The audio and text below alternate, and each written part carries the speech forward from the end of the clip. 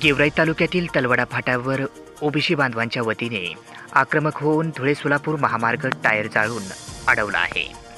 यावेळी मोठ्या संख्येने ओबीसी समाज बांधवांची उपस्थिती होती। सदर घटना आज बुधवार दिनांक 19 जून रोजी सायंकाळी 5 वाजण्याच्या दरम्यान घडली आहे। तसेच या धुळे सोलापूर राष्ट्रीय महामार्गावर रस्ताही त्यांनी अडवून धरला।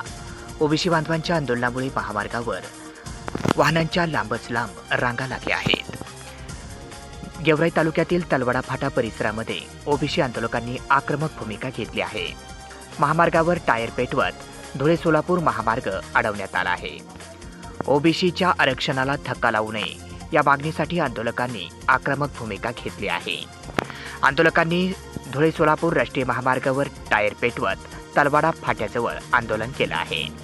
यावेळी आंदोलकांनी घोषणाबाजी करत मोठ्या संख्येने उपस्थिती दर्शवली होती।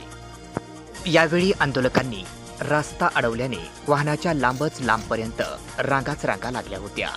दरम्यान वडीगोत्री येथे प्राध्यापक लक्ष्मण हाके यांच्या उपोषणाला भेट देण्यासाठी शेकडोंच्या संख्येने गाड्या पाहायला मिळत आहेत। लक्ष्मण हाके यांच्या भेटीला राज्यभरातून लोक उपोषणस्थळी येत आहेत। मात्र अशाच परिस्थितीमध्ये ओबीसीच्या मागण्या सरकारने देखील मान्य कराव्यात याच मागणीसाठी तलवाडा फाट्यावर रास्ता रोको करण्यात आला। यावेळी ओबीसी समाज बांधवांनी रस्त्यावर टायर जाळून वाहनांच्या लांबच लांब रांगाच रांगा रोखून धरल्या होत्या।